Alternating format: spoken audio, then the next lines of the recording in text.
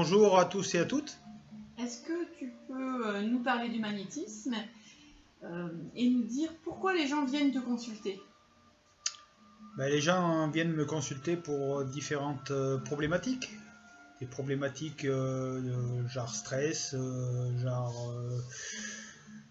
je dirais des douleurs, pour des brûlures par exemple, ou pour de l'eczéma, du psoriasis, des problématiques de toutes sortes de problématiques. C'est quoi le plus courant? Le plus courant, c'est souvent le stress, parce que le stress est souvent lié à d'autres pathologies. Ça amène d'autres choses, d'autres pathologies, d'autres circonstances dans la vie de la personne. Donc beaucoup le stress, les problèmes de peau, Oui, les brûlures. oui, Est-ce qu'après une opération, on peut venir te consulter? oui, tout à fait, pour remettre en route l'organisation des organes et tout ça pour qu'ils se remettent en route et qu'ils puissent fonctionner correctement. Pour leur redonner de l'énergie. Et pour que ça cicatrise mieux peut-être aussi. Tout à fait, et suite à une cicatrice, je peux reboucher les fuites énergétiques. Parce que quand on coupe au niveau d'une opération, on coupe le corps éthérique. Et le corps éthérique, il faut le reboucher, sinon si on fait du magnétisme et qu'il y a des fuites, le magnétisme s'en va. D'accord. C'est un peu le même style d'une chambre à air de vélo. Voilà. S'il y a une fuite, l'air s'en va. C'est pareil. Et tu parles au niveau des douleurs. Quelle douleur? Douleur plutôt musculaire, plutôt l'arthrose, des problèmes de dos, c'est quoi? Alors ça peut être différentes problématiques. Donc arthrose, oui, tout à fait. Alors l'arthrose, est-ce que ça guérit l'arthrose? Ça va pas le guérir, mais ça va soulager les douleurs. Ensuite, tout ce qui est musculaire, ça remet l'énergie dans le muscle et le muscle peut fonctionner correctement parce que quand l'énergie circule, ça circule mieux et voilà. D'accord. Et au niveau des brûlures, du coup, tu coupes le feu? Oui, je coupe le feu, donc de tout ce qui est brûlure,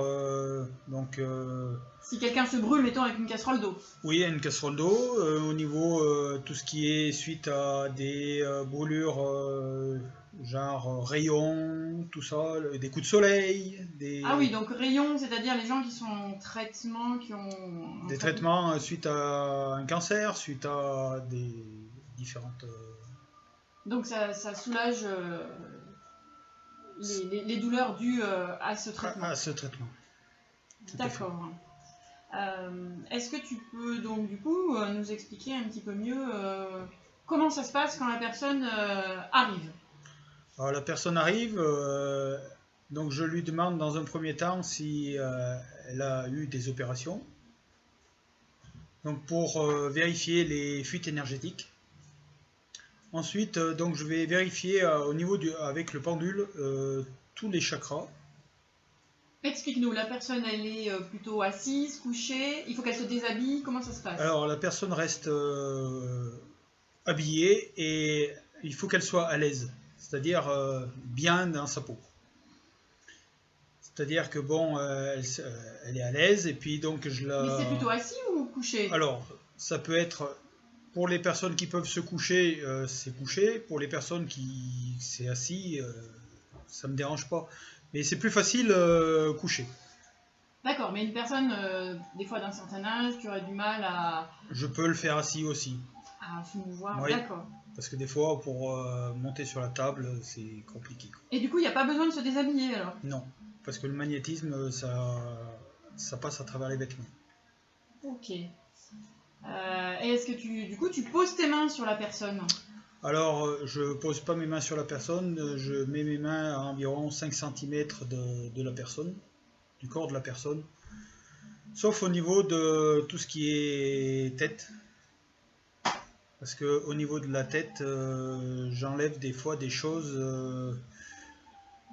qui ont besoin d'être enlevées, par exemple je dirais, des colères, des choses comme ça, des énergies qui sont à l'intérieur du corps et qui donc je les décroche C'est-à-dire que je vais d'abord scanner le corps, regarder où c'est qu'il y a une problématique, et puis arriver à... Mes mains s'arrêtent à l'endroit où il y a une problématique. Et puis donc là je vais travailler sur cette problématique, je vais questionner la personne pour voir si ça lui parle, voilà, parce que je fonctionne un peu comme en symbole aussi, comme la médecine symbolique. Donc je vais travailler avec ces symboles et lui demander à cette personne si, par exemple, le foie, ça peut être la colère, le père, ça peut être des choses différentes comme ça. Donc en fait, du coup, comme la personne est habillée et que tu poses très peu tes mains sur elle, c'est pas intrusif en fait. Voilà, pour les personnes ça peut déranger. Ben non, ça dérange pas les personnes sont, comme je dis, à l'aise. C'est-à-dire qu'elles vont être tranquilles, ressentir les différentes, je veux dire, au niveau des ressentis.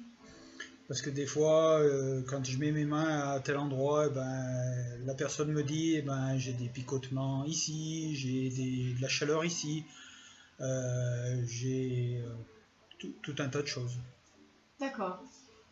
Et suite à ça, mes mains, ça me donne des orientations. C'est-à-dire que, par exemple, si elle me dit, par exemple, si je travaille sur, je sais pas, le chakra du cœur et qu'elle me dit, j'ai une douleur au niveau de la hanche, je peux aller voir qu'est-ce qu'il y a à cette hanche. Parce que des fois, ça peut être lié. Alors, combien de temps dure la consultation? Alors, une consultation, je dirais, la première fois que je vois la personne, c'est environ 1 heure. Et des fois, il faut revenir plusieurs fois ou... Plusieurs fois, pas forcément. pas forcément. C'est-à-dire que si la personne, des fois, ça décoince tout de suite